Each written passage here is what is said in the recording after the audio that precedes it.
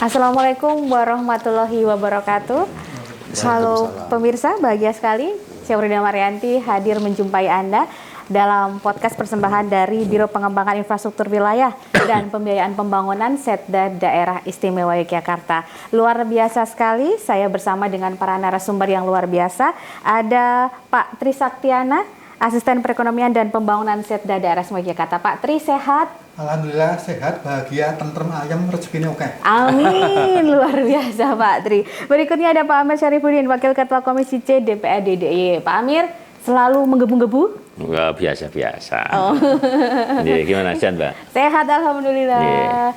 Dan berikutnya ada juga Pak Petra Sawacana, Ketua Umum Indonesian Speleology Society. Pak Petrasa, sehat juga? Alhamdulillah sehat. Siap berbagi informasi, kan ini paling banyak informasinya. Iya, insya Allah bisa berbagi informasi. Iya, terima kasih sudah hadir di perbincangan kita. Kalau ada Pak Tri Saktiana, kita nggak lagi ngomongin kemiskinan sebenarnya. Tapi ada sedikit terkait JJLS. JJLS-nya kenapa? Kita tahu bahwa DIY ini JJLS menjadi salah satu infrastruktur yang pendukung utama begitu ya untuk wilayah selatan untuk bisa mengatasi ketimpangan wilayah dan juga kemiskinan di sana.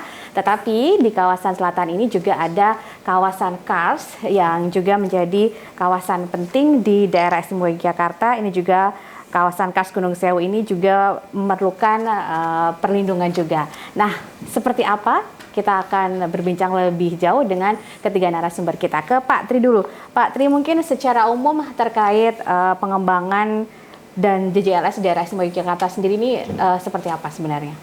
Ya, sebelum ke JJLS kami ingin cerita tentang bumi dulu. Oh, ya. Bumi dulu, Mah. Jadi bumi ini kan terbentuknya secara geologi kan mungkin ribuan juta tahun yang lalu. Iya. Kemudian ada manusia, kalau Pak Amir menyebut manusia pertama itu Kanjeng Nabi Adam. Itu kira-kira baru 500.000 tahun yang lalu. Baru 500.000 tahun yang lalu. Nah, terbentuknya Kars di Gunung Sewu itu minimal 750.000 tahun yang lalu. jauh sebelumnya, Mas. Jauh sebelum Adam ada. Ya. Jadi memang alam itu lebih tua dibanding manusia. Dan prosesnya, proses umur geologi itu tidak seperti umur biologi. Jadi memang jutaan tahun terbentuk seperti itu. Yeah. Dan tentu keberadaan manusia, keberadaan Nabi Adam, sampai anak putu Adam, sampai Pak Amir, saya, Mas Petra, panjenengan, itu ya bagaimana merawat alam. Pak Amir, orang Cina itu punya pepatah gini Pak Amir, kalau kita hanya punya palu, hammer ya, maka semua benda terlihat seperti paku. Kalau kita hanya punya palu alatnya, tapi kalau kita punya palu, punya gergaji, punya obeng, punya kunci, punya tang, beda-beda nanti orang kayak paku kabeh gitu ya. Tapi kalau kita hanya punya palu, semua benda terlihat seperti paku. Ini artinya apa? Kalau kita hanya melihat dari sisi kacamata keahlian kita saja, misalnya ekonomi, pengennya kan jo bisnis, ya aku punyanya palu ekonomi,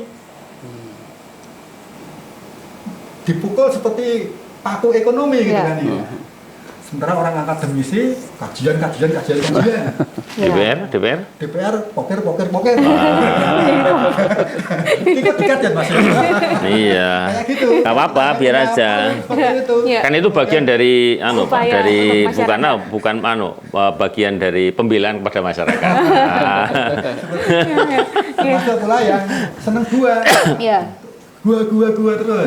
Nah, kita harus dialogkan bagaimana kita punya gergaji, punya kunci-kunci, punya obeng, punya tang, seperti itu sehingga ramuannya itu benar-benar menjadi memayu hayuning bawono yang dihayukan, diselamatkan, yang dipercantik bukan hanya paku saja, tapi ada sekrup, ada engsel dan sebagainya. Seperti itu. Itu sikap pemerintah seperti itu. Iya, jadi intinya ketimpangan wilayah dan ketimpangan ekonomi juga harus diatasi, tetapi kemudian tidak hanya digenjot dari sektor ekonominya aja, tetapi sektor lingkungannya juga harus diperhatikan. Betul. Terutama tadi terkait perlindungan terhadap gua-gua Kars yang ada di wilayah Kabupaten Gunung Kidul. Nah, terkait JJLS dan juga kebijakan pelindungan pengelolaan ekosistem gua pada JJLS daerah Yogyakarta ini juga keloknya sampai 23 gitu ya Pak Adria, yang luar biasa.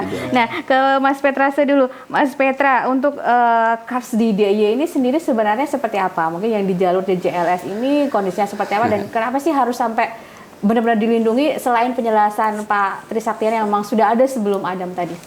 Ya, terima kasih. Tadi sudah cukup dijelaskan bahwa secara geologi itu terbentuk dari ribuan juta tahun yang lalu gitu ya.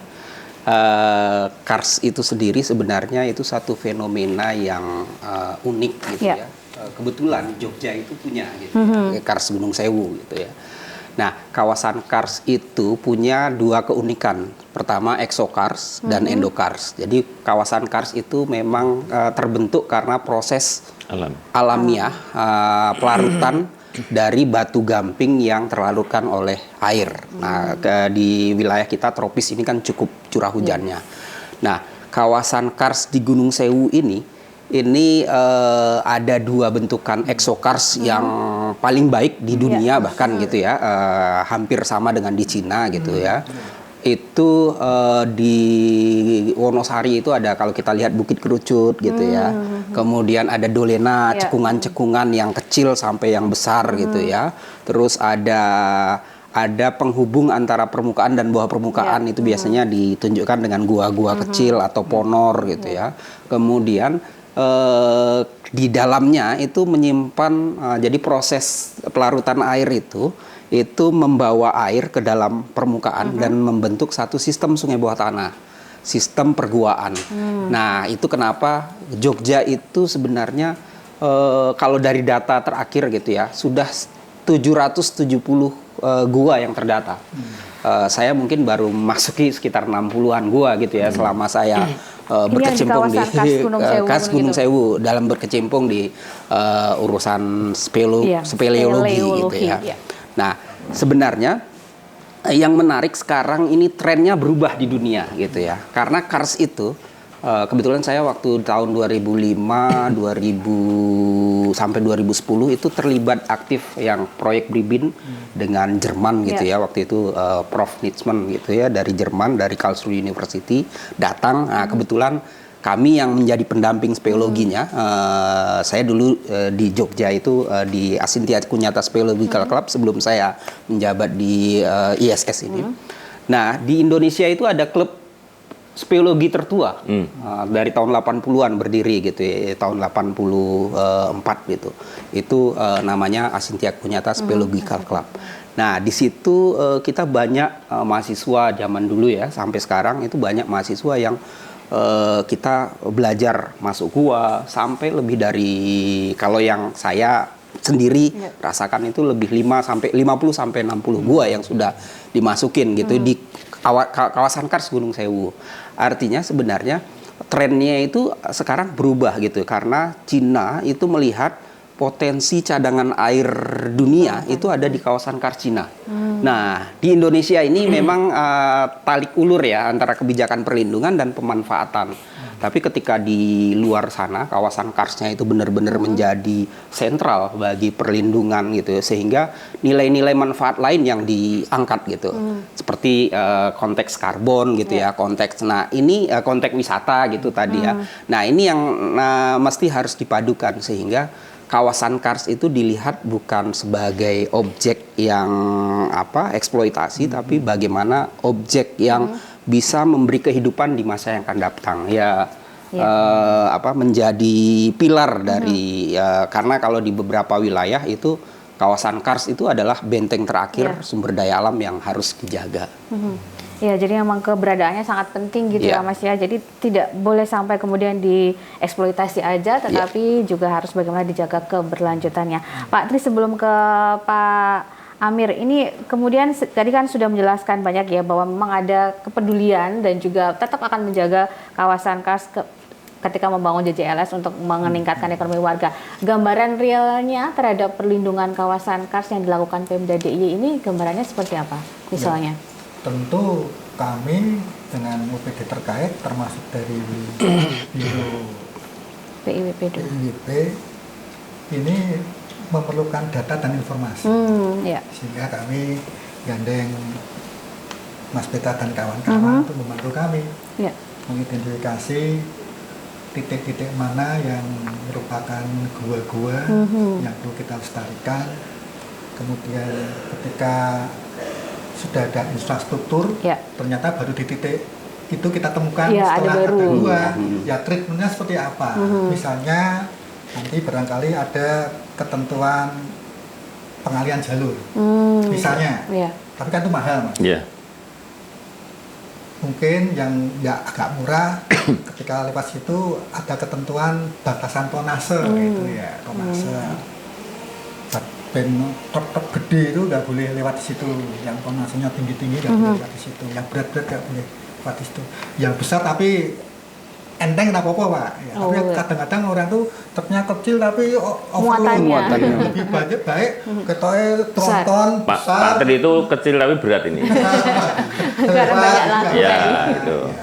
Nah, kita identifikasi lah di titik-titik tertentu, barangkali sudah ada puluhan atau mungkin ratusan ya gua-gua yang di dekat Jalan Jalur. JJLS. Jalan Lintas Selatan itu nanti kita atur lah dengan ketentuan tonase, pembatasan kecepatan, seperti itu.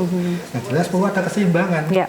antara keinginan kita untuk memajukan wilayah dengan Menjaga tetap lingkungan. menjaga lingkungannya seperti itu. Iya, jadi sudah ada mitigasi gitu ya Ya. Pak ya di kawasan yang dibangun di JLS ini. Nah dari Pak Amir Pak, dari Komisi C mungkin ada pengawasan terkait penyelenggaraan perlindungan terhadap kawasan khas di pembangunan JJLS. Sudah dijelaskan Pak Ustadz tadi udah. Mulai dari Nabi Adam sampai pengawasan berarti sudah selesai nih. Ya, Ya belum, lah. Pak. Kalau dari Pak Amir mungkin sudah melihat ada yang kurang gitu Pak. Atau ada Ya, yang Jogja itu kelihatan istimewa ya Mbak ya. Kalau beliau tadi Pak Kiai tadi ngendiko, keraton itu kan timurnya ada 2 sungai ya. Sungai apa tadi? Oh bukan, sungai apa? Code sama Winongo. Winongo. Baratnya juga ada sungai, 2 sungai toh. Gajah apa? Sungai Bedok sama sungai Winongo. Itu ada 2 filosofi itu sungai, mengapa sungai. Nanti biar beliau yang ceritakan. Itu sudah sudah diteliti oleh Prof Samuel ya, berkaitan dengan kondisi Yogyakarta. Artinya apa? Yogyakarta itu istimewa. Ya.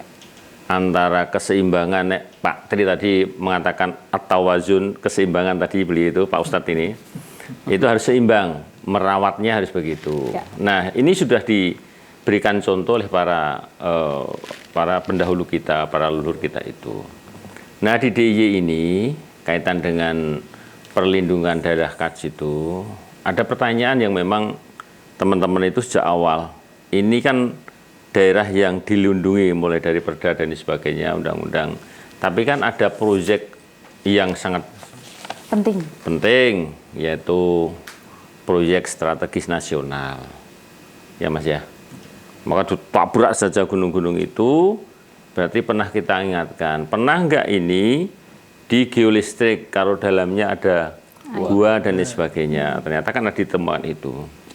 Dan ini satu gua yang ditemukan menjadi peringatan bagi kita semuanya. Saya yakin suatu saat mesti akan ditemukan seperti itu. Jangan sampai nanti JJLS itu ambles gitu. Ya. Tahu ambles? Ya, tahu. Menghilang itu. Ya. Nah, menghilang itu berarti Amblong. rusak amblong. Kalau beliau masih jadi ini Asisten. Pak Tri kan serba bisa nih, Bupati pernah itu. Jadi Bupati saya Pak, Bupati saya. Gimana Kulon Progo? Nih ya ini badainya masih Kulon Progo kasih tuh ya. Bantul juga pernah ya Pak?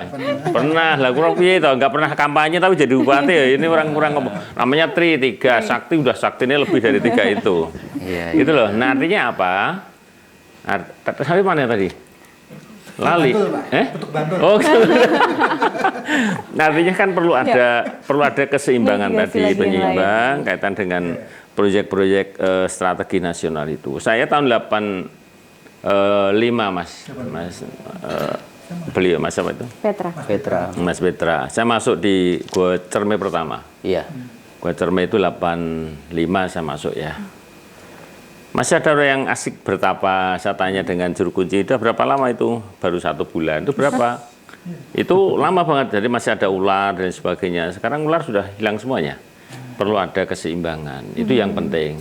Termasuk pengawasan kita, kaitan dengan JJLS yang kelok 18 menjadi 23 itu, sekarang ini Pak Tri, Pak Kaji, ada masalah sosial yang muncul di masyarakat. Monyet-monyet itu tidak hanya sampai kemana-mana ya, jangan sampai ke Malioboro itu, nanti rasis itu. Ini kan bahkan di daerah Panggang, daerah Imogiri, daerah Delingo, ini kera-kera yang ekor panjang itu sudah sampai di kampung-kampung. Karena apa? Habitatnya kan bukan dirusak ya. Nah, diganggu ya tidak ya. Berubahlah wajahnya, dulu wajah hutan, sekarang wajah aspal gitu. Nah, mereka sudah masuk di kampung-kampung, artinya ini kan perlu ada penanganan. Satu, kaitan dengan penanganan ekor panjang itu mau dikapake, harus ada keseimbangan, tawazun tadi. Nanti makannya itu kan sudah pada makan tumbuh-tumbuhan yang ada di milik warga, ketela, jagung dan sebagainya. Berarti produktivitas masyarakat terganggu. Bahkan kemarin kami dapat laporan Pak Haji, saya lebih enak Pak Haji ini baru belum dapat oleh-oleh dari beliau. Tagih setahun. Artinya apa? Sampai pada proses rewangan manten itu ada yang ngambil makanan-makanan ini. Kan perlu ada konservasi, konservasi ya? Nah, kaitan dengan penanganan ekor panjang itu. Nah, caranya bagaimana? Perlu optimalisasi kaitan dengan tanah-tanah yang kita miliki. Nah, misalnya ada nggak lokasi yang bisa kita jadikan tempat wisata bagi pendatang baru di Jogja kaitan dengan satwa, misalnya kera panjang dan sebagainya dijadikan satu wilayah atau seperti apa, saya kira perlu kita diskusikan. Ini masyarakat sudah terganggu banyak, mulai dari aktivitas pertanian dan sebagainya. Begitu Mbak? Yes, oke. Pak Tri, dari mitigasi sosialnya sudah ada juga. Kalau tadi kan mitigasi secara dari alam gua-guanya ya, bahwa nanti mungkin akan jalannya dibatasi atau bagaimana. Nah, kalau yang dari disampaikan Pak Amir tadi, untuk mitigasi sosial masyarakat yang terdampak sekitarnya? Ya, keberadaan sebuah infrastruktur fisik yang kemudian akan menjadi lalu lintas, kemudian ada interaksi antar manusia yang berbeda, berbeda budaya suasananya dan sebagainya, tentu akan merubah, lambat laun akan merubah. Itu saling menyesuaikan antara sosial masyarakat sebelum dan sesudah ada infrastruktur tersebut. Dan tentu ini perlu ada semacam treatment supaya tidak terjadi semacam gagap kultural, seperti itu pasti. Nah, yang kera-kera tadi kan ya bukan manusia ya, sudah gagap itu. Kaget deh. Karena belum pernah bintek tak? Belum pernah bintek. Iya, jadi agak repot juga ini. Belum disosialisasi sebelumnya. Kami pernah dulu sebelum ada jalur DJLS tahun 90 atau awal 2000 itu sudah juga karena sesuatu hal tertentu jumlah kera itu meningkat pesat, saya nggak tahu sebabnya apa. Sehingga Noso dalam Sri Sultan Hamengkubuwono X sampai mengundang pakar perkeraan. Bukan dari akademisi, malah dari Baduy dalam. Bagaimana cara mengendalikan monyet tadi. Ya, dengan ritual tertentu, Pak Amir percaya orang ya gitu. Saya mengundang itu dan kemudian dipindahkan ke daerah yang lain. Pindah berapa ekor? Oh iya. Enggak, saya itu naik motor ya di jembatan Dodokan itu malam, Dodokan ya itu ya perbatasan. Ke sana saya itu jam 12 malam. Kok ada banyak motor yang berhenti waktu itu ya, tahun lupa saya. Itu ternyata monyet aja ada gengnya tuh, apalagi kita gitu ya, maksudnya itu lewat banyak sekali. Jadi sampai orang itu nggak ketahuan. Hitungan saya mungkin 1000 adalah itu. Banyak banget pindah ke hutan UGM itu. Nah, ini kan waktu itu ada ini kayak terjadi opo kepiye, ini kan perlu diantisipasi. Ya. Ini yang kecil aja, yang masalah Ya. monyet kan jadi masalah sampai saat ini. Iya, betul Iya, sekali. Dan betul. memang harus dapat solusi juga biar masyarakatnya tidak semakin terdampak. Betul. Udah terdampak JJLS-nya, terdampak lagi diserang monyet kehabisan makanannya nanti. Ya, kita masih akan lanjutkan lagi perbincangan kita bersama Pak Trisaktiana, Asisten Perekonomian dan Pembangunan Seda Daerah Semoga Jakarta, Pak Amir Syarifuddin, Wakil Ketua Komisi C DPRD DIY, dan juga Mas Petra Sawacana, Ketua Umum Indonesian Speleology Society, terkait dengan kebijakan pelindungan dan pengelolaan ekosistem goa pada JJLS di DIY. Kita nanti akan mencari tahu lebih banyak lagi terkait goa-goa di kawasan Kars yang tempat lokasi JJLS ini seperti apa. Tetaplah bersama kami. Kami segera kembali.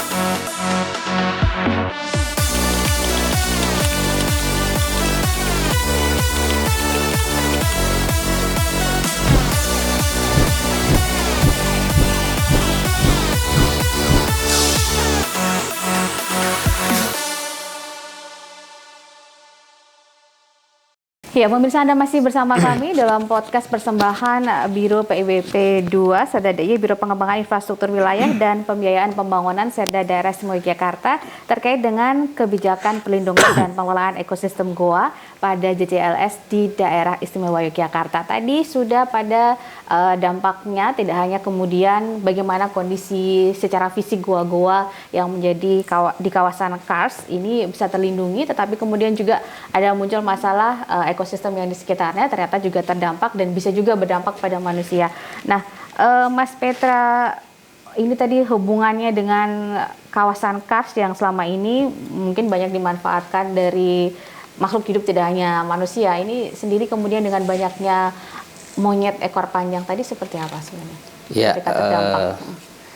tadi ini pasca pembukaan jalan Ya. gitu ya, makanya kalau di dalam konteks ini kami di dunia speologi itu sebenarnya kan ilmu yang mempelajari gua dan lingkungan sekitarnya. Ya. Jadi ada hubungan antara, nah pusat dari kawasan Kars itu adalah pembentukan sistem sungai bawah tanah atau sistem perguaan. Nah di situ ada interaksi antara ekosistem, di situ ada makhluk hidup gitu ya, tumbuhan, kemudian binatang-binatang yang ada di dalam gua dengan penciri khususnya, terus kali lawar gitu juga. Nah, kaitannya dengan monyet ekor panjang ini, memang kan trennya itu bukan hanya di ini, Pak ya, bukan Gunung hanya Kidul. di Gunung Kidul, karena saya beberapa kasus di Kalimantan, di ini, ketika eksploitasi itu dilakukan gitu, karena memang ruang hidupnya yang diganggu, sehingga dia menyebar Mencari gitu tempat. ya. Nah, kalau bicara speologi sendiri, sebenarnya proses panjang di Gunung Sewu itu kan kalau tidak salah ini luasannya 75.000 hektar ya. 69 kawasannya persen itu ada di Gunung Kidul gitu. Dari Pacitan, kemudian Wonogiri gitu. Nah, sebenarnya penelitian tentang speologi itu udah cukup lama di Jogja. Dulu kerajaan Inggris itu bekerja sama dengan pemerintah DIY tahun 84. 84. Oh, sudah lama juga sebenarnya. Itu dari BCRA, British Cave Research Association dari Inggris. Itu memang lembaga yang khusus bekerja di isu speologi, Kars gitu ya. Nah, datang diminta oleh pemerintah DIY waktu itu untuk memetakan semua gua yang ada di ini. Kalau tidak salah dulu awalnya itu sekitar 300-an sampai 400-an gua gitu. Tapi sekarang sudah menjadi 770 yang terdata. Itu masih ada gua-gua yang belum didata lagi gitu ya. Makanya Gunung Sewu itu menjadi ikon sebenarnya, bukan hanya di Jogja tapi di seluruh dunia, karena ada keunikan sendiri kawasan Kars Gunung Sewu. Selain di wilayah, kalau di seluruh Indonesia itu ada 150.000 kawasan Kars. Kemudian di Jogja itu tadi yang sudah ditetapkan 75.000 sebagai kawasan bentang alam Kars. Nah, ini sebenarnya konteks ekosistem ini sangat terpengaruh dengan konteks kawasan Kars itu sendiri. Ketika kawasan sistem epikarsnya terganggu, atau karena kan kalau di dalam kawasan Kars itu bagian atas itu justru bagian penyimpan dan penyerap airnya yang membentuk dia menjadi gua. Jadi saya itu masuk gua paling dalam itu bisa sampai 200-300 meter kalau di wilayah selatan ya. Tapi kalau yang single pit itu 90 meter di Jomblang di ini. Kalau di selatan itu sampai berundak-undak itu. Bisa sampai satu pitnya ada yang 100 meter, ada yang 20 meter, ada yang 60 meter. Mas, apa potong Mas? Kalau tumbuhan yang ada di atas itu kan bisa menampung air. Ya. Kira-kira nanti menurut penelitian panjenengan bisa mempengaruhi dalam guanya tadi enggak? Nah, jadi kalau temuan beberapa wilayah gua itu ada sebenarnya ini kaitannya dengan di jalan di JJLS ya. Iya. Gua-gua ini ada yang terbentuk karena dia subsidence atau runtuhan gitu ya. Nah, kita sering lihat di Instagram gitu ya, ada jalan yang tiba-tiba ambrol. Nah, itu saya meyakini bahwa itu pasti kawasan Kars gitu. Nah, itu di salah satu wilayah di Pacitan di Gunung Sewu itu Gua Ombo gitu ya. Itu pernah ada penelitian, memang itu tumbuhan yang hidup jutaan tahun atau ribuan tahun yang lalu gitu ya. Artinya sebenarnya potensi dia untuk ambles itu cukup besar gitu kan, hutannya berbeda dengan hutan di sekitarnya.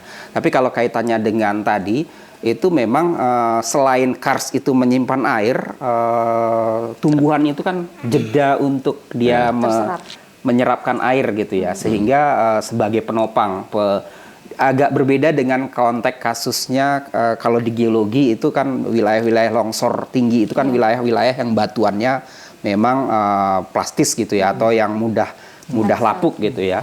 Nah, sementara di Kars itu sendiri itu kan batuannya keras. Jadi memang tumbuhan-tumbuhan khusus yang bisa tumbuh lama di sana gitu. Sementara sekarang sudah dikepras gitu ya. Nah, makanya tadi kaitannya dengan selain monyet tadi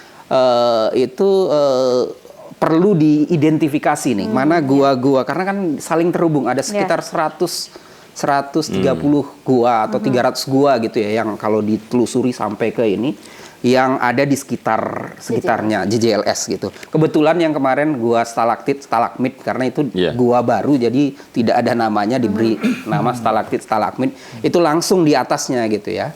Sehingga kita perlu ngecek juga gua-gua yang di sekitar itu apakah dia berhubungan langsung lorongnya. Nah, itu yang perlu dilihat. Jangan sampai nanti ketika beban yang tadi tidak dibatasi kemudian tiba-tiba ambles, karena banyak kasus-kasus seperti itu memang. Mas, di kawasan Kars. Saya kan butuh belajar juga ini. Kira-kira dalam hal pengawasan seperti ini untuk ngecek gua-gua yang di bawah JJLS kira-kira berapa lama atau seperlunya atau ketika ada kejadian baru kita cek. Nah, gitu loh Mas itu. Nah, ini kan perlu kaitan dengan kebijakan beliau juga ini. Gitu loh. Nah, itu yang saya amati sebenarnya dalam proses perencanaan JJLS ini itu tidak melibatkan speologi. Nah, itu yang saya bilang. Berarti belum ada termasuk di geolistriknya juga tidak ada. Benar. Jadi pernah saya sampaikan itu. Ketika di geolistrik itu, ini agak berbeda dengan kawasan Kars. Jadi kami waktu dengan Bribin dulu ya, mencari titik, ini titik bor dari satu titik ke titik atas dengan bawah supaya ketemu gitu ya. Itu semua dikerahkan metodologi, termasuk metode geolistrik. Nah, karena tipikal kawasan Kars itu berbeda, bisa jadi ternyata yang ditemukan air itu dia bukan air utamanya gitu. Nah, itu yang banyak. Jadi memang butuh kita masuk gua di sekitar sana, mana yang langsung terhubung gitu. Saya ingat dulu tahun 2009 waktu Bribin, jadi ketika Bribin banjir gitu ya, disinyalir ini air masuk dari wilayah-wilayah. Nah, jadi satu wilayah di Semarang itu diinformasikan ini ada dulu gua yang ditutup. Nah, jadi kami buka bareng-bareng gitu. Mungkin nih gua ini kalau kita telusuri kita bisa masuk ke lorong yang kita prediksi gitu ya. ternyata setelah kita masukin ini terus cari lagi gitu. Jadi gua itu sifatnya dia tidak selalu terhubung gitu ya. Bisa dia di tingkatan yang berbeda terhubungnya gitu. Nah, itu yang perlu dilihat atau dikaji. Nah, maksud saya gini tadi, saya potong ya. Maksud saya gini, mengantisipasi saja ini kan bagian dari antisipasi. Kalau nanti tidak ada secara waktu yang khusus, artinya berterus-menerus, kita kan daerah gempa. Nanti kalau ada pergeseran tanah dan sebagainya, apalagi tanah ini kan tanah baru ini, yang di aspal dan sebagainya. Kalau tonase, ya itu salah satu antisipasi. Ini sampai sekarang bagian tonase kan yang tidak dijaga setiap hari. Nah itu saya kira nanti perlu ada pengawasan apa yang disampaikan beliau sangat penting itu. Jangan sampai nanti ada pergeseran, kan kita daerah gempa juga atau daerah istimewa kan daerah gempa juga itu. Saya kira perlu diantisipasi itu. Sepakat dengan Pak Amir bahwa menungso ya kudune jogo-jogo. Iya betul, Ya, mitigasi seperti itu, Pak. Ya walaupun tidak benar-benar semua aspek kita perhitungkan, tapi yang penting-penting tentu saja dalam batas minimal harus kita pertimbangkan supaya jangan sampai terjadi sesuatu bencana yang besar. Yang penting tadi seimbang tadi loh Pak. Seperti itu. Sebenarnya sesuai dengan tema ini gitu ya, ada yang terlewat dalam konteks perlindungan. Jadi kalau dalam PP 26 yang sekarang jadi PP peraturan pemerintah terkait dengan RT RW itu masuk dalam kriteria kawasan lindung Itu geologi. besok episode yang kedua ini kan belum ini. Tapi boleh cuplik Ya, jangan mendahului itu. Yang kaitannya dengan gua. Iya. Terpisah nanti. Yang kaitannya dengan gua. Oh iya. Kan topiknya ini. Jadi sebenarnya ada kawasan bentang alam gua yang itu yang harus jadi objek perlindungan. Nah, sementara ini kan baru kawasan bentang alam Kars. Nah, kalau di Jogja, Gunung Sewu, itu saya itu udah ekspedisi ke Sumba, ke Kalimantan, kemudian ke Aceh, ke Sumatera, beberapa wilayah. Titik gua yang terbanyak itu ada di Gunung Sewu. Gitu ya. Artinya sebenarnya ini bisa jadi satu model bagaimana kita membuat kebijakan perlindungan terhadap gua. Karena memang itu diatur dalam kawasan lindung geologi itu kan ada kawasan rawan bencana, kawasan bentang alam Kars, dan kawasan bentang alam gua. Tapi ini yang tidak disentuh sama SDM karena memang tidak semua wilayah Kars itu guanya sebanyak di Gunung Sewu. Ini untuk biaya ngecek-ngeceknya juga lumayan gitu Mas? Kalau zaman saya dulu itu karena kami dulu basisnya pecinta lingkungan atau penelusur gua ya, kami tiap Sabtu Minggu itu biasanya patungan masuk gua gitu ya, patungan masuk gua karena memang kalau di Indonesia itu tidak ada sekolah speologi, jadi memang hobi dan di Jogja itu banyak potensinya. Kalau kita bisa bekerja sama dengan pecinta alam atau organisasi-organisasi yang bergerak di isu gua, Jogja itu cukup terkenal. Kiblatnya orang belajar tentang gua itu semuanya di Jogja gitu. Jadi itu kalau bicara biaya sebenarnya tidak ada ukurannya gitu ya. Iya benar. Itu tinggal dana S. Dana S perlu itu. Iya Mbak. Pak Tri, ini kan memang masih butuh nih ya Pak Tri untuk dicek-cek lagi di sekitarnya. Karena kan memang kawasan yang sudah dikaji sebelumnya mungkin baru kawasan Karsnya. Sebenarnya kawasan gua ini belum benar-benar terlindungi. Nanti biar diusulkan raperda bagi Komisi C gitu Mbak. Pak Tri gimana? Sementara teman-teman udah mulai meneliti khususnya yang di dekat JLS. Ternyata ada ratusan gua yang tadi cuma ketebalannya itu yang belum kita itu perlu dimasukin. Kekuatannya itu juga belum harus dicek lagi ya. Kepadatan batuannya seperti itu. Jadi memang mestinya dalam membangun wilayah itu harus kerjasama antar disiplin ilmu. Jangan cuma ilmu teknik sipil aja gitu, tapi ilmu geologi harus disertakan. Anak saya yang nomor 1 kan juga geologi. Ketika Jakarta banjir, dia mengatakan begini, Nah, karena Jakarta yang mikirkan cuma teknik sipil, Pak. Kalau orang geologi Nah, betul. Iya, selesai tuh banjir itu, karena dikasih bolongan gitu udah langsung masuk, nggak usah Iya. sampai ke laut gitu loh, lebih ngirit gitu. Diskusi anak-anak muda sekarang ini, mengapa Jogja itu gempa 2006 ya? 2006. Banyak yang roboh rumahnya. Lah karena tidak ikut sama para nenek moyang kita. Dulu kan ada limasan joglo, nggak akan mungkin Iya. kerubuhan gitu loh maksudnya itu. Nah, termasuk gempa gua tadi, kira-kira mau seperti apa gitu. Iya. Tapi sekali lagi, Iya. kalau kita hanya punya Palu, semua terlihat seperti Palu. Iya. Iya. Itu, Pak. Jadi kita harus Seimbang. punya Palu, punya kunci Inggris, Ada relawan seperti masih Mas Mitra, ada iya. asisten, kalau nanti ada di DIY masih ada kemiskinan, beliau yang kita salahkan gitu. Tapi kalau sudah sejahtera, benarkan anggota dewan itu masa itu. Jadi harus jelas. Iya, tapi memang ini ya Pak Tria, jadi mungkin baru penelitian-penelitian awal Iya, gitu, iya. terkait titik-titiknya gitu. Nah, mungkin akan ditindaklanjuti Betul, dengan iya. yang penelitian lebih detail, biar kemudian ketika dibangun ini benar-benar optimal fungsinya. Jangan Betul, sampai iya. udah banyak yang digelontorkan ternyata Mbak, kebijakan itu, saya masih ingat banget. Pak Tri ini termasuk yang mendukung waktu masih di Bantul. Semua sepanjang pantai Parangtritis ke barat 17,5 kilo itu ditanami cemara Udang. Cemara udang. Dapat penghargaan dari Kalpataru. Presiden Kalpataru, juara nasional. Tapi di situ ada masalah ada gumuk pasir yang terhambat, berapa? ya. Nomor 2 di Hanya dunia dua hanya di ada dunia. 2. Sekarang nggak boleh ditanami patroi itu sama Pak Tri sama beliau nih. Nah ini kan juga kebijakan. Iya. Nah maksud saya nanti jangan sampai yang naik kelok 23 itu itu nanti ada patrok, tidak boleh lewat jalan sini karena jalannya ambles. Itu penting loh itu. Iya, betul. Nah itu loh maksud saya itu seperti itu. Gitu. Tapi ya tadi kata Pak Kiai tadi yang dari Adam Seimbang. sampai sekarang ini berarti kita harus mulai mengantisipasi, Iya, betul. bertakwa kepada Yang Maha Kuasa. Ndonga moga-moga tidak ada apa-apa. Gitu Pak Tri ya. Iya, iya, iya, iya, iya. gitu. Jadi jangan sampai kebijakan yang diambil sekarang ini ternyata besok ada masalah gitu ya Pak ya. Jadi Iya. mitigasinya harus mitigasinya seperti apa harus Iya. jelas, Pak. Tapi saya yakin pemerintah daerah bersama teman-teman OPD sudah mengantisipasi itu. Dan tidak bisa apa-apa karena ini proyek strategi nasional. iya, strategis nasional. Itu yang ya. paling penting.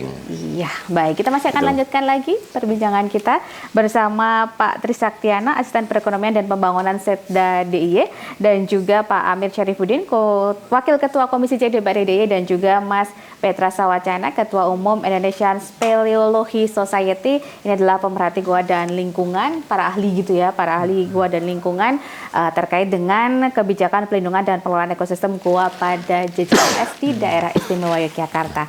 Kami akan segera kembali.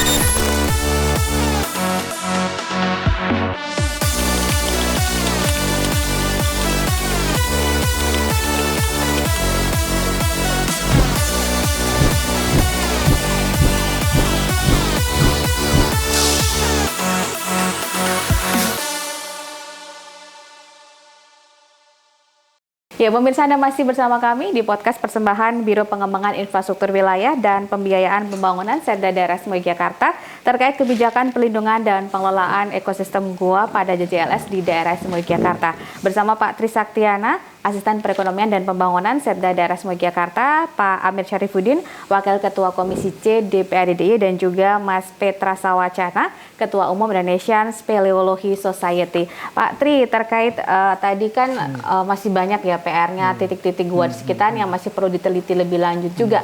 Nah, untuk lebih melindungi lagi kawasan Kars ini, apalagi ada pembangunan JJLS, mungkin upaya yang dilakukan apa nih? Mungkin ada regulasi-regulasi baru? Seperti apa? Ya, tentu sebelum ada regulasi kita perlu ada kajian terlebih dahulu. Ya. Jadi syarat wajibnya sebuah regulasi harus ada yang namanya naskah akademik, Ya. yang intinya kajian-kajian itu. Kita siapkan, entah itu kawasan kas, entah itu gua. Tapi yang jelas, entah kas, entah gua dan sebagainya, itu seperti dua sisi mata uang. Sisi yang pertama itu adalah sisi konservasi. Ya. Sisi berikutnya adalah sisi pemanfaatan demi Ekonomi. peningkatan ekonomi. Jadi dua sisi itu harus kita jaga betul.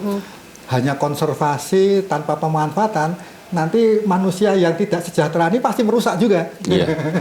Iya. Hanya sekedar sugih ning orang ngerti konservasi. Habis Sugih juga. mau sedilit. Akhirnya kan rusak juga Iya. alamnya Iya. seperti itu. Iya. Tidak sustain, sugih itu nggak sustain.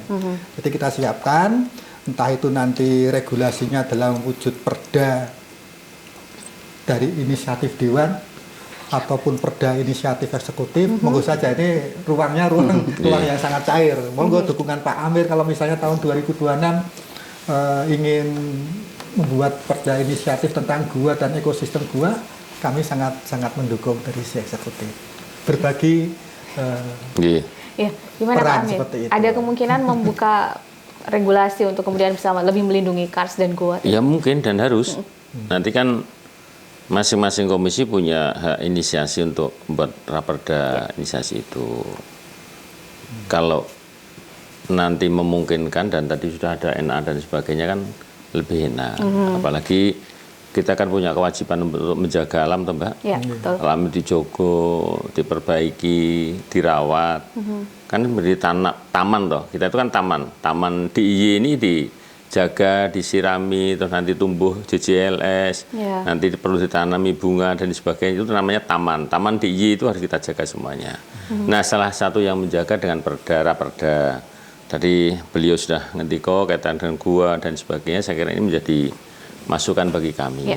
Begitu. Tentu beliau sangat hafal, kulino ngepit, kulino lakunya beliau itu sudah laku Luar jiwa biasa. raganya itu mulai dari sudah tingkat dewa beliau itu. Nah, gitu aja lah. Itu. Ya, semoga Pak Tri ini masih bisa segera untuk kemudian nanti mendukung adanya perda ini ya Pak. Jangan Siap. pensiun dulu lah Pak. Beliau masih lama kalau bisa diperpanjang lah itu. Iya. Ya, Mas Petrasa, mungkin dari sisi regulasi yang dibutuhkan DIY agar kemudian kawasan kars itu bisa terlindungi, dari sisi speleologi mungkin butuh apa aja sih Mas untuk Ya. menjaga itu? Ternyata KBAK itu tidak cukup Ya, memberikan belum bisa. jaminan ya. Sebenarnya kalau saya kemarin kita melakukan kajian valuasi ekonomi, ini kita coba melihat perkembangan di luar Ya. tren. Saya mencontohkan satu kawasan Kars Belize di Amerika Selatan gitu ya. Mereka itu sekarang result base-nya itu bisa mendapat $4 juta per tahun gitu ya. Dari konteks melindungi koral dan karsnya. Nah, konteksnya ini kembali ke wisata tadi gitu ya, peningkatan ekonomi. Dari hasil valuasi kita juga sebenarnya ketika itu dikelola oleh masyarakat, itu kan tidak ada ekspektasi untuk merubah bentang lahannya Ya, ya. betul. Itu hasil valuasinya itu satu wilayah itu bisa sampai 2,8 miliar per tahun gitu. Pendapatannya? Pendapatannya. Untuk Berarti satu dari wilayah. kajian ekonomi itu ya? Iya, itu baru satu wilayah. Kalau di sepanjang wilayah Wilayah selatan. pantai apa semuanya itu pendekatan-pendekatan berbasis komunitas itu dilakukan. Karena apa? Karena ketika mereka berusaha itu kan tidak pakai syarat ya. Mereka cukup masuk kelompok, kemudian nah hasil valuasi kita hitung gitu ya 2,8 miliar minimal itu mereka dapat. Tapi ini bentuknya harus dikelola oleh masyarakat. Nah, ketika dikelola oleh industri gitu ya, jadi kan kayak di beberapa wilayah satu paket terusan gitu ya. Tapi akses masyarakatnya jadi terbatas sebenarnya. Nah, itu yang kemudian sebenarnya kita mencoba untuk satu kawasan kars ini Jogja itu salah satu yang dapat ini ya RBP ya, result based payment dari karbon. Nah, potensi karbon kita itu 293 metric ton tiap tahun. Tiap tahunnya ya. 293.000 metric ton. Nah, kalau harga pasarnya kan sekarang 60.000 ya per metric tonnya gitu. Dari kawasan kars, belum kawasan hutan gitu. Kalau Jogja gitu kemudian mau mengambil inisiatif untuk NDC gitu ya. Ini loh capaian kami dalam menyerap karbon dari kawasan kars kami yang kami jaga gitu ya. Itu di dalam kajian itu bisa sebenarnya di ini gitu ya, di klaim ke. Tapi jenengan sudah ada kajian itu? Iya, kajian valuasi jasa Valuasi, lingkungan. ya. Nah, sebenarnya salah satu yang kita rekomendasikan di program RBP itu di kawasan Kars gitu ya, untuk menjaga air. Bagaimana sebenarnya kan sederhananya orang jual karbon itu kan ini kami mampu menjaga lahan kami gitu ya. Kemudian kami sertifikasi, pemerintah membuat sertifikasi ini yang ini sekian kan bisa dihitung ya secara ini. Ini yang kami jaga di wilayah Jogja. Nah, itu yang tercatat di NDC. Kita tuh 1,9 derajat kan yang mau kita turunkan gitu ya. Ambisi kita kan cukup besar ya di Indonesia. Nah, artinya sebenarnya kawasan Kars ini bisa dilihat, nah tadi ruang kebijakan ekosistem esensialnya, kemudian kawasan lindung guanya ini juga perlu kita perlu ada kebijakan yang mengatur bagaimana nanti mekanisme pemanfaatan gua, perlindungan gua gitu ya, sehingga dua sisi sebenarnya kalau dilihat dari nilai manfaat wisata di Gunung Kidul itu Jogja itu pusatnya ada di Gunung Kidul. Nah, tinggal bagaimana itu dikembangkan gitu ya secara partisipatif gitu, dan itu akan lebih berdampak jangka panjang. Jadi memang butuh aturan lebih spesifik lagi untuk kawasan bentang alam Kars dan juga bentang alam gua yang khusus dari DIY sendiri gitu ya Mas ya, karena memang aturan yang ada ini ternyata belum mampu untuk melindungi kondisi yang ada di lapangan, terus juga pelibatan masyarakat lebih aktif agar mereka karena lebih menjaga bentang alamnya daripada industri yang membuka wisata di sana gitu ya. Iya, kita masih dalam perbincangan terkait dengan kebijakan pelindungan dan pengelolaan ekosistem goa pada JJLS di wilayah daerah Yogyakarta, terkait bagaimana JJLS tetap jalan bermanfaat untuk masyarakat, tetapi juga kondisi lingkungan kita ini tetap terjaga. Diperlukan juga aturan-aturan. Nah, Pak Tri Saktiana, terkait kemudian ke depan langkah lanjutannya setelah mungkin ada rekomendasi-rekomendasi, saran-saran dari para pihak terkait untuk kemudian lingkungannya harus dijaga. Ini nanti kemudian akan seperti apa lagi Pak yang dilakukan? Ya tentu setelah ada kajian, kita kemudian menelaah mana yang perlu ada aturan baru, mana yang sebenarnya itu aturannya sudah ada cuma tidak efektif. Oh ya, perlu diperbarui. Entah itu ada di DIY, ada di Bantul, ada di tingkat kabupaten Gunung Kidul, ataupun aturannya itu sebenarnya sudah ada di tingkat peraturan yang lebih tinggi, permen maupun undang-undang. Jangan sampai kita membuat perda, tapi ternyata permennya sudah ada, undang-undangnya sudah ada. Nanti kan kalau dengan perda malah kalau ada yang keliru, hukumannya itu malah lebih ringan dibanding undang-undangnya. Kan perdanya tidak efektif dibanding peraturan. Nah, kita kaji juga. Kita kumpulkan, kita kompilasi permen-permen, kemudian undang-undangnya ada di tingkat atasnya ataupun perda-perda yang sudah ada, sehingga apa yang nanti barangkali Pak Amir bisa usulkan tentang perda pelindungan Kars yang baru, tentang gua, tentang segala sesuatu untuk konservasi di Gunung Kidul, Bantul maupun di Sleman dan Gunung Kidul, itu benar-benar mates gitu ya. Iya, jadi lebih seperti itu ya, mantap gitu ya. Jangan sampai buahnya aturan tapi sebenarnya nggak netes, nggak netes gitu ya, seperti itu. Ya, jadi lebih efektif lagi dari aturan-aturan yang ada, dioptimalkan pelaksanaannya gitu ya Pak ya, dicari mana yang masih kurang itu yang dilengkapi gitu ya Pak ya, biar realisasinya benar-benar bisa bermanfaat untuk perlindungan alam tadi. Dan kita sudah berada di perbincangan akhir kita, mungkin ke Mas Petra masih ada saran yang mungkin diperlukan Pemda DIY untuk kemudian tetap melindungi kawasan Kars dan Goa di tengah pemanfaatan dari kawasan Kars di Gunung Sewu ini. Ya, saran kami gitu ya, dalam konteks kawasan Kars itu perlu melibatkan speleologi gitu dalam kajian-kajian, kemudian dalam perencanaan-perencanaan, karena speleologi ini ujung tombak dalam konteks pengelolaan kawasan Kars, karena yang tahu bagian bawah, karena tidak bisa melihat di atas itu belum tentu sama dengan apa yang ada di bawah. Nah, itu menjadi penting. Kemudian yang kedua terkait dengan kebijakan perlindungan gitu ya. Kita sudah mengorbankan, saya dulu terlibat gitu ya di dalam proses KBAK gitu, udah mengorbankan beberapa wilayah enclave yang ternyata setelah dikaji ya itu justru wilayah tangkapan hujan utama kayak di Bedoyo gitu ya. Dan itu kan tarik ulur gitu ya, ini bisa ditambang atau tidak gitu. Nah, di satu lagi gitu ya, ini sedang masif sekarang. Saya selalu menyampaikan tahun 2010 Cina itu menutup 675 pabrik semennya. Nah, mengincar Indonesia salah satunya. Nah, ini yang baru ada ini kan di daerah Praci Mantoro gitu ya.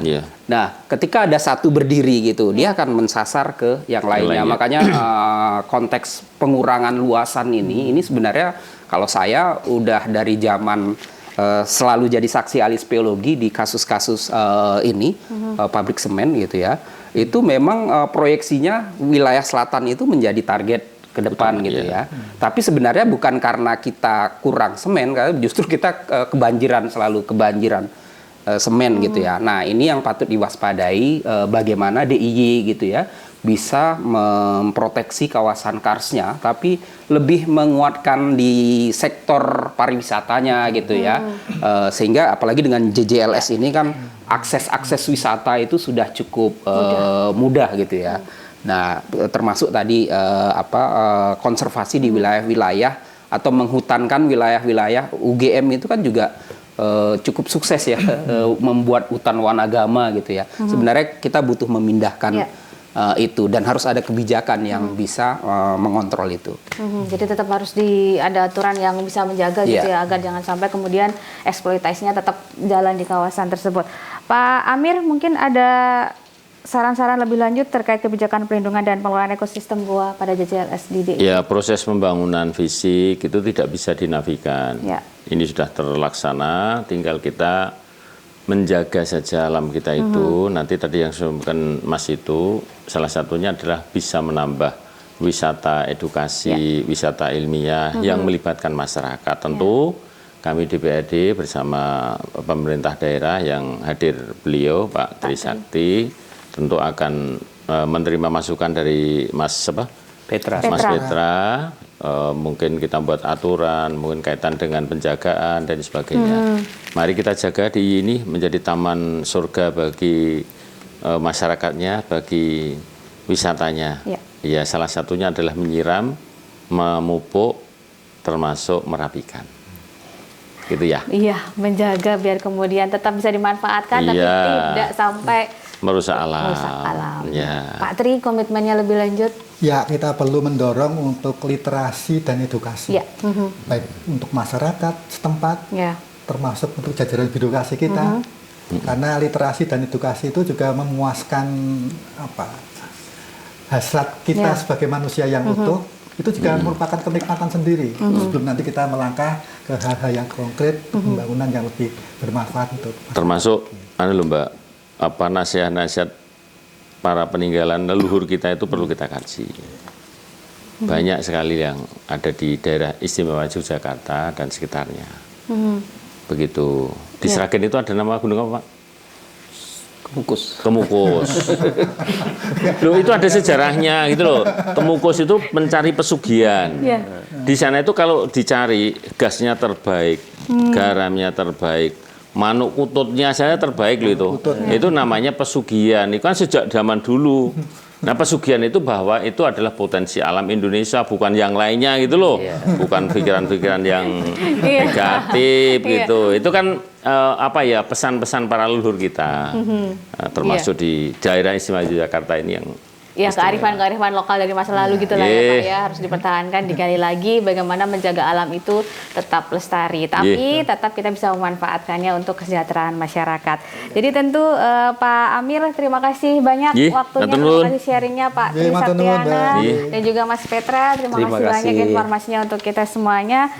Semoga saja ini bagaimana perlindungan terhadap kawasan Kars dan juga kawasan bentang alam Goa di daerah istimewa Yogyakarta, khususnya di kawasan jalur yang terkena JJLS ini, bisa mitigasinya lebih baik lagi, lebih luas lagi identifikasinya, diambil solusi terbaiknya agar kemudian pembangunan yang kita harapkan bisa menjadi pendongkrak ekonomi masyarakat di kawasan selatan, mengatasi ketimpangan masalah, ketimpangan ekonomi dan juga ketimpangan sosial ini benar-benar bisa memberikan dampak positif dan tidak ada dampak negatif dari kerusakan lingkungan lingkungan yang ditimbulkan.